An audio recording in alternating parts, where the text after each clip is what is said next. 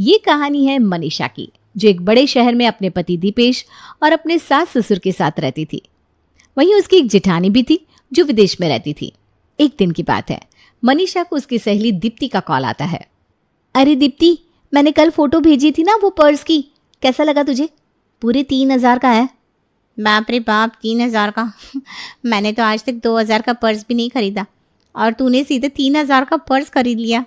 वाह मनीषा वाह, वाकई में तेरा पति तो बहुत अच्छा है। ये तो है, ये तो मेरी सारी बात मानते हैं। मैं जो कहूँ मुझे ला कर देते हैं। वो तो है, चोरों का गुलाम तेरा पति। हाँ वो है। मेरा पति कहना तो मानते हैं, लेकिन इतना नहीं जितना तेरा पति तेरा कहना मानते हैं। अच्छा तू ये बता, शॉपिंग के लिए कब चलना है? 15 दिन हो गए, कुछ खरीदा नहीं। मेरे ना हाथ कांपने लगे हैं। शॉपिंग है ही ऐसी चीज़, एक बार लत लग जाए तो जल्दी छूटती नहीं। वो तो है। अच्छा तो ठीक है, 5 दिन बाद चलते हैं। और इस तरह दोनों सहेलियां गप्पे लड़ाती रहती हैं। 5 दिन बीत जाते हैं और तभी लगता है जेठानी जी ने नई फोटो अपलोड की है, ज़रा देख लूँ।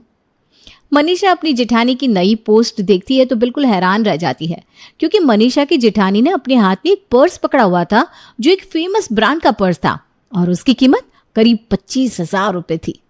अरे ये तो वही पर्स है जो उस दिन पार्टी में नैन्सी आंटी ने अपने हाथ में पकड़ा हुआ था, और वो तो बोल रही थी कि इसकी कीमत 25,000 रुपये है।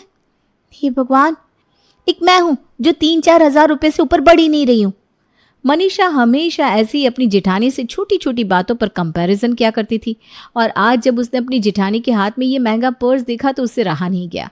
वो अपनी जेठानी का पोस्ट देखकर बहुत गुस्सा होती है। जब रात होती है, अरे क्या हुआ मनीषा, इतनी देर से देख रहा हूँ मुंह फुलाकर बैठी हुई हो। ये देखिए, जेठानी के हाथ में 25,000 का पर्स है। क्या कभी आपने मुझे इतना महंगा पर्स दिलाया है? और सासू माँ के बारे में तो क्या ही बोलूं, जब भी उनसे कुछ पैसे मांगो तो कुछ ना कुछ बहाने बना देती है। आपको पता है, जेठानी जी जब पिछली बार इंडिया आई थी ना, तब सासू माँ ने उन्हें अपने मोटे मोटे 2 कंगन दिए थे, जिसकी कीमत लगभग 3-4 लाख रुपए तो होगी। अरे लेकिन तुम ये बात क्यों बोल रही हो कि जब तुम्हारी शादी हुई थी तब माँ ने तुम्हें कंगन, जेवर और बहुत कुछ न जाने क्या क्या चीजें दी थी, और वो इतने। आप ना हमेशा अपनी माँ की साइड लेते रहो। देखो, बेवजह तुम इतनी छोटी सी बात पर परेशान मत हो। और तुम्हें पता है ना मेरे भैया की सैलरी कितनी है, और ऊपर से भाभी की जॉब भी है, तो दोनों मिलकर अच्छा खासा पैसा कमा रहे हैं। उनके लिए 25,000 का पर्स लेना कोई बड़ी बात नहीं है। तो तुम भी कमाओ ना मेरे लिए। मनीषा, कैसी बातें कर रही हो तुम? तुम्हें दिखता नहीं मैं दिन रात कितनी मेहनत करता हूँ। ठीक है, बात हो गया। मनीषा ऐसे ही अपने पति के साथ बहस करते करते सो जाती है। अगला दिन आता है, मनीषा अपने किचन के काम में लग जाती है। वहीं मनीषा की सासू माँ अपनी बड़ी बहू के साथ वीडियो कॉल कर रही है। अरे वाह बेटा, वहाँ तो अभी तक ठंडी हो रही है। अरे भगवान, यहाँ तो बहुत गर्मी हो रही है। हाँ सासू माँ, यहाँ तो 12 महीने ठंडी होती है। वैसे अभी तो यहाँ इतनी ठंड नहीं हो रही है, लेकिन फिर भी थोड़ी बहुत ठंड है।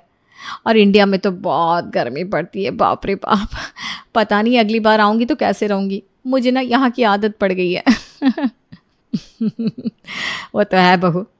अरे ये बता, रोहन कहाँ है? माँ जी, रोहन तो अभी कॉलेज गया है। तूने उसकी फ़ोटो डाली थी ना, कितना गोरा हो गया है मेरा पोता, नज़र ना लगे मेरे पोते को। और दूसरी ओर यहाँ मेरे छोटे पोते सोमेश का तो कितना रंग दब गया है। अरे यहाँ पर गर्मी ही इतनी पड़ती है, बेचारा रोज़ इतनी धूप में स्कूल जाता है। जो भी बोलिए माँ जी, इंडिया की बात ही अलग है। हाँ, जो यहाँ रहते हैं उन्हें विदेश पसंद है, और जो विदेश में रहते हैं उन्हें यहाँ का पसंद है। अच्छा माँ जी, ये देखिए, मैंने अपने आंगन को कैसे सेट करवाया है। तभी पीछे से मनीषा आती है, क्योंकि उसे भी करीना का घर देखना था। मनीषा पीछे खड़ी होकर अपनी सासू माँ और अपनी जेठानी की वीडियो कॉल देखती रहती है। वहाँ करीना अपने बड़े से घर के आंगन को सासू माँ को दिखाने लगती है, और साथ ही साथ घर के अड़ोस पड़ोस के इलाके को भी दिखाती है। वाह, वहाँ सब कुछ कितना अच्छा और साफ सुथरा है, ऊपर से वहाँ पर कितनी शांति है। थोड़ी देर बाद जेठानी बात करके फ़ोन रख देती है। इसके करीब 2 घंटे बाद मनीषा की सासू माँ मनीषा के बेटे को फ़ोन देती है, क्योंकि मनीषा की जेठानी को उसके बेटे से बात करनी थी। हेलो सोमेश, कैसा है? रोहन भैया, आपकी हिंदी सुनकर मुझे हंसी आ रही है। Okay, how are you? I am okay, and you? Yeah, I am also fine. Oh, have you watched the new Toy Story movie in theater? I mean, that's awesome. That movie left an indelible impression on me. Yeah, good, good. What? I mean, good movie? दरअसल सोमेश को उसके बोले हुए बहुत सारे शब्द समझ में नहीं आ रहे थे, इसलिए वो उसे सही जवाब नहीं दे पा रहा था। Well, Sumesh, you are looking well groomed. Are you going to a party or something? Yeah, groom. तभी वहां पर मनीषा आ जाती है। अच्छा okay Rohan bye, he will call you back later, okay, see you soon बेटा, बाय बाय। मनीषा रोहन का phone काट देती है। रोहन, हम तुझे इतने बेकार स्कूल में भी नहीं पढ़ाते कि तू जरा से इंग्लिश भी ना बोल पाए। रोहन के सामने क्या बेइज्जती करवा रहा था अपनी? माँ, वो मेरा भाई है, उसके सामने कैसी बेइज्जती। और वैसे भी आपको पता है ना माँ, मैं इंग्लिश में थोड़ा कमज़ोर हूँ, लेकिन मैथ और साइंस में कितना तेज़ हूँ। हाँ अच्छी बात है, लेकिन तुम्हें इंग्लिश में भी तेज होना होगा। अरे तभी तो तुम रोहन के साथ अच्छे से बात कर पाओगे। देखो, आज तुमने रोहन के सामने एक शब्द सही से नहीं बोला। अरे मम्मी, उसका एक्सेंट भी तो अलग है ना, मैं कहाँ से समझ पाऊंगा। हाँ, ऐसे बहाने बनाते रहो। अरे कोशिश करो कि तुम भी उसकी तरह बन सको। ऐसे हमारे सामने बहाने मारने से कुछ नहीं होने वाला। इस तरह मनीषा अपने बेटे को समझाती रहती है और यहाँ पर भी अपनी जेठानी के बेटे का कंपैरिजन अपने बेटे से करती है। शाम होती है और तभी मनीषा फिर से अपनी जेठानी का एक पोस्ट देखती है जिसमें वो लोग करीब 11 दिन पहले डिज्नीलैंड गए हुए थे। वाह, देखो तो ये लोग डिज्नीलैंड भी जाकर आ चुके हैं और एक हम हैं। बस थोड़ी देर बाद मनीषा सभी को खाना परोस देती है। सभी लोग खाना खाते हैं और खाना खाने के बाद मनीषा अपने ससुराल वालों से कहती है, देखिए माँ जी, यहाँ पर रखा ही क्या है, हम लोग भी जेठानी जी की तरह विदेश चलते हैं ना, वहाँ हम लोग बहुत खुश रहेंगे। नहीं माँ, मेरे सारे दोस्त यहाँ पर है, मैं इंडिया छोड़कर नहीं जाऊँगा। अरे चुप कर तू। अरे उसे क्यों डांट रही है बहू? हम भी तुम्हारी बात से बिल्कुल सहमत नहीं है। हमारा तन मन सब कुछ हमारे देश से जुड़ गया है, इसलिए अब हम ये देश छोड़कर कहीं नहीं जाएंगे। हाँ बहू, वैसे भी दूर के ढोल सुहाने होते हैं। माना कि बहुत सारे लोग हैं जो विदेश की तारीफ करते हैं, लेकिन बहुत सारे लोग ऐसे भी हैं जिन्हें वहाँ रहना पसंद नहीं है। अरे हमारे दोस्त पवन को ही देख लो, वो 3 साल पहले भारत आ तो गया, बोल रहा था कि उसे वहाँ पर बिल्कुल नहीं जमा। अरे पापा जी, वो लोग ना समझ होंगे जो इतनी अच्छी जगह को छोड़कर यहाँ चले आए। और वैसे भी पापा जी, सबके अलग अलग अनुभव होते हैं। जो भी है बहू, हम ये देश छोड़कर नहीं जाएंगे तो नहीं जाएंगे। हम छोटे बेटे को यहाँ से जाने नहीं देंगे। और अगर तू सोच रही है कि तू मेरे छोटे बेटे को लेकर विदेश चली जाएगी ना, तो तू ये बिल्कुल भूल जा, क्योंकि मैं ऐसा होने नहीं दूंगी। मनीषा, तुम दुखी मत हो। तुम ये सोचो कि हमें यहाँ पर किस चीज़ की कमी है भला। सब कुछ तो है हमारे पास, घर है, गाड़ी है, सब कुछ है, तो हमें वहाँ पर जाने की ज़रूरत क्या है। हाँ बेटा। मनीषा बहुत दुखी हो जाती है और चुपचाप अपने ससुराल वालों की बातें सुनती रहती है। कोई बात नहीं मनीषा, तेरा भी दिन आएगा। ऐसे ही दिन बीतते रहते हैं और मनीषा की जलन की भावना अपनी जेठानी के प्रति बढ़ती जाती है। जेठानी जी की पोस्ट देखो, हमेशा कितनी खुश रहती है। कॉल पर भी सासू माँ से कितना हंस हंस कर बात करती रहती है। लाइफ हो तो ऐसी। और उनका बेटा, वो भी फॉरेन में रहकर एकदम फॉरेनर जैसा दिखने लगा है। और तो और वहाँ के कितने अच्छे स्कूल में भी पढ़ता है। एक मेरे बेटे को देखो, यहाँ के लोकल स्कूल में पढ़ता है और ऊपर से रोज़ साइकिल से स्कूल जाता है। इसके कुछ दिन बाद जब मनीषा सब्जी खरीदने के लिए बाजार गई थी, यहाँ तो सब्जी लेने के लिए इतने भीड़ भाड़ वाले इलाके में आना पड़ता है। और एक तरफ वहाँ है मेरी जेठानी, जो बड़े आराम से कार में बैठकर बड़े बड़े सुपरमार्केट में जाती है। ना कोई मोल तोल करना, ना कुछ, बड़े आराम से सामान खरीदती है और कार में ले आती है। क्या करें, लगता है जेठानी जी ने पिछले जन्म में बहुत अच्छे कर्म किए होंगे, तभी तो सास ससुर से अलग बैठकर मज़े से बिना किसी झंझट के वहाँ फॉरेन में मस्त लाइफ जी रही है। ऐसे ही गुस्से में मनीषा सब्जियां वगैरह खरीद लेती है और बाजार से घर के लिए निकल जाती है। वहीं घर आते वक्त उसे अपनी पड़ोसन मिल जाती है। ओफो, ये एक और मिल गई। अरे मनीषा, कैसी हो? और तुम्हारी फॉरेन वाली जिठानी कैसी है? मैं ठीक हूँ, वो सब भी ठीक ही हैं। क्या हुआ? 1 महीने पहले तो तुम कह रही थी कि तुम भी कुछ महीनों बाद फॉरेन में शिफ्ट होने वाली हो, तो क्या हुआ उसका? अरे वो तो मैंने कहा था, लेकिन बात यह है कि मेरे ससुराल वाले वहाँ पर जाने के लिए रेडी नहीं हो रहे। वो तो है, तुम्हारे ससुराल वालों ने अच्छा ही डिसीजन लिया है, क्योंकि वहाँ पर ऐसी लाइफ नहीं होती जैसी हम सोचते हैं। हर चीज़ बहुत महंगी होती है वहाँ तो। तुम लोग वहाँ ना जाओ, यही ठीक है। बहुत पैसे बचेंगे तुम लोगों के। अरे ये सब काम तो भाई अमीर लोगों के हैं।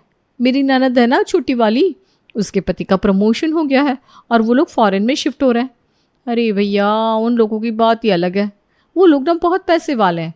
उन लोगों के लिए फॉरेन में शिफ्ट होना कोई बड़ी बात नहीं है। और ऐसी ही मानसी अपनी ननद की बड़ी बड़ी बातें फेंकने लगती है। अच्छा चलती हूँ हाँ। ओके। मनीषा वहाँ से निकल जाती है। जब देखो दूसरों को नीचा दिखाने की कोशिश करती रहती है। खैर मैं भी इन लोगों से क्या ही उम्मीद कर सकती हूँ। अभी मैं फॉरेन में होती ना तो मुझे कम से कम ऐसे पड़ोसी तो ना देखने को मिलते जो अपने पड़ोसियों के बीच में टांग अड़ाते हो। मनीषा इस बात को लेकर बहुत गुस्सा होती है और अगले दिन फिर से अपने ससुराल वालों से विदेश जाने के लिए बोलने लगती है। उस दिन मनीषा किसी की भी नहीं सुनती और बहुत हंगामा करती है।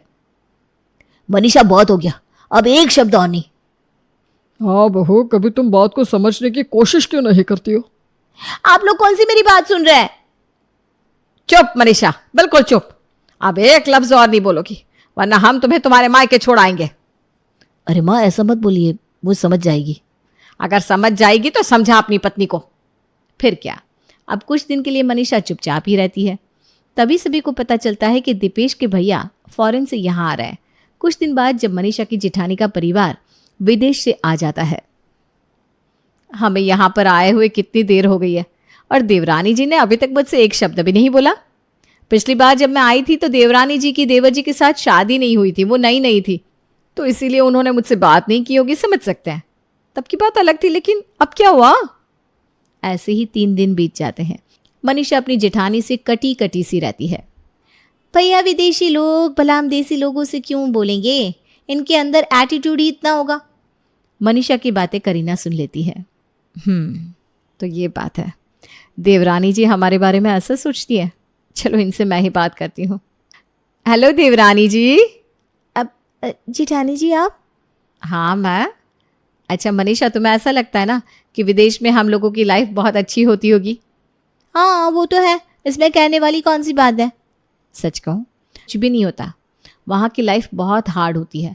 वहाँ हर चीज़ सिस्टमैटिक होती है और तो और बहुत सारे रूल्स भी होते हैं जो हर किसी को फॉलो करने पड़ते हैं। और तुम्हें पता है, वहाँ के लोग ना ज़्यादा फ्रेंडशिप भी नहीं रखते, सब अपने अपने काम में लगे रहते हैं। और त्योहारों के दिन में तो इतना सूना सूना लगता है कि पूछो ही मत। तो आप वहाँ पर क्यों रहती है, और वो आपके इतने सारे अच्छे अच्छे पोस्ट? वो इसलिए क्योंकि मैंने बहुत मेहनत करके जो जॉब वहाँ पर हासिल की है ना, वो मेरा सपना था। तो अब जब मुझे अपना सपना मिल चुका है तो मैं उसे ऐसे ही नहीं छोड़ सकती ना, वो भी सिर्फ इसलिए क्योंकि मुझे फॉरेन में रहना है। देखो, मेरे कहने का ये मतलब है कि हर सिक्के के 2 पहलू होते हैं, और तुमने वो तो सुना ही होगा कि दूर के ढोल सुहाने लगते हैं। बस समझ लो कि ऐसा ही कुछ है। और रही पोस्ट की बात, तो हमारे सोशल अकाउंट हमारे रियल लाइफ को कभी भी सही से शो नहीं करते। आप तो वहाँ पर रहती है ना, इसलिए आपके लिए ये सब कहना आसान है। आपको नहीं पता यहाँ लाइफ कितनी हार्ड होती है। देखो, लाइफ तो सबकी हार्ड होती है मनीषा, और हर किसी को भगवान ने कुछ न कुछ दिया है, इसलिए हमें अच्छी की तरफ फोकस करना चाहिए। यहाँ पर देखो कितना अच्छा है, सभी लोग आपके आसपास रहते हैं, आपके बारे में हालचाल लेते रहते हैं, और यहाँ पर कितनी चहल पहल है। मैं तो वहाँ हमेशा सिर्फ अपने काम में ही फंसी रह जाती हूँ। इस तरह करीना मनीषा को वहाँ की सारी सच्चाई बताती है। वहीं मनीषा को पूरी बात समझाने के लिए करीना उसे, उसके पति और बेटे को विदेश ले जाती है। विदेश पहुँचने के 5 दिन बाद, जेठानी जी ये ना देवरानी जी माफ़ करना, मैं अभी आपसे थोड़ी देर में बात करती हूँ, क्योंकि बहुत सारा वर्क पेंडिंग है ना, और ऊपर से डेडलाइन भी है शाम तक की। अच्छा, वाकई जेठ और जेठानी जी को कितना काम का स्ट्रेस है। अगले दिन जब करीना की मेड गुस्से में चली जाती है, मैंने तुम्हें बताया था ना, यहाँ मेड रखना बहुत महंगा पड़ता है। वैसे ही वो मेड इतना पैसा ले रही थी और ऊपर से बोल रही थी थोड़ा और बढ़ाओ। इतना रोकने की कोशिश की, फिर भी चली गई। देखो, आप चिंता मत करिए, जल्दी मिले तो ही ठीक है, वरना इतना सारा काम मैं कैसे मैनेज करूँगी। इस तरह मनीषा देखती है कि विदेश में लाइफ इतनी आसान नहीं है। वहीं वो ये भी देखती है कि उसकी जेठानी और जेठ अक्सर काम के चक्कर में कितनी भागा दौड़ी कर रहे हैं। तभी दिन आता है दीपावली का। आपने बिल्कुल सही कहा था जेठानी जी, यहाँ पर तो कोई दिखाई नहीं दे रहा। त्योहार के दिन भी सब लोग अपने घर के अंदर बैठे हुए हैं। वही तो, यहाँ पर ऐसा ही होता है। अभी ये इंडिया होता ना तो सभी लोग साथ में एंजॉय कर रहे होते और पड़ोसी भी एक दूसरे के घर मिठाई देने आते। आखिरकार मनीषा को समझ में आ गया था कि वाकई में दूर के ढोल सुहाने ही होते हैं। कुछ दिन बाद सुमेश की स्कूल की छुट्टियां खत्म हो जाती हैं और मनीषा अपने परिवार के साथ वापस इंडिया आ जाती है। मम्मी जी, पापा जी, आप सब सही कहते थे, सारे जहां से अच्छा हिंदुस्तान हमारा। बिल्कुल सही, बिल्कुल सही।